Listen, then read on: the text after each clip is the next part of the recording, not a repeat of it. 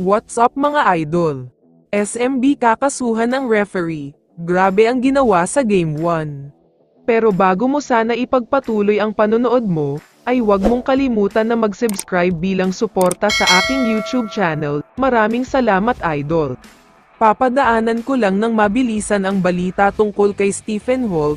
Punong-puno siya ng batikos ngayon matapos ang isa na namang pangit na performance niya sa serye nila sa SMB. Kaya ang hiling ng mga fans ay i-trade na. Masyadong kabado, hindi maasahan sa crucial moments ng laro, hindi alam ang gagawin kapag hawak na ang bola, at higit sa lahat ay sobrang inconsistent talaga, malayong-malayo siya sa expectations ng mga fans. Samantala, nangyari na ang much-awaited at much-anticipated Game 1 ng PBA Finals. Grabe ang mga nangyari sa laban na ito, dahil from start to finish ay punong-puno ng mga big-time highlight plays at syempre ay muntik pa mag-away.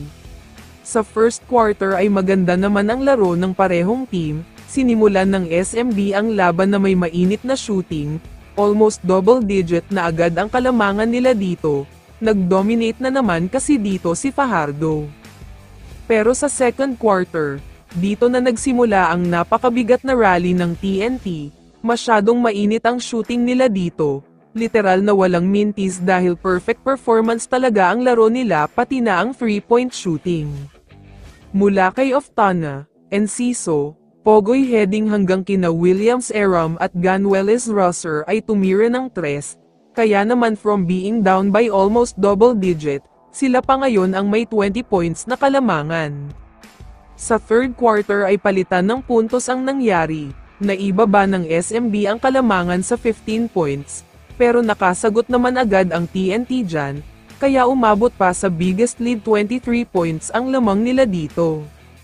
Pero sa fourth quarter naman, ibang klaseng San Miguel Beermen ang nagpakita dito, dahil 17-0 run ang ginawa nila, wala na talagang nagawa ang TNT dito, nakuha pa ng SMB pabalik ang kalamangan at almost sure win na sila.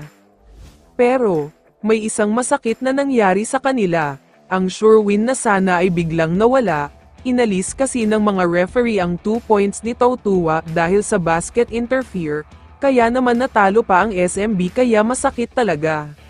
May mga source na nagsasabi na kakasuhan daw ng SMB management ang mga referees na involved, hindi daw nila papalampasin ang pangyayaring ito, dahil obvious na binayaran lang sila para ipanalo ang TNT. Kaya naman kung ikaw ang tatanungin idol, ano ang masasabi mo sa balitang ito? I-comment mo naman ang sagot mo sa tanong na ito. So dito na nagtatapos ang video na ito. Maraming salamat sa pagsuporta at panonood mga idol. Ingat at bye-bye.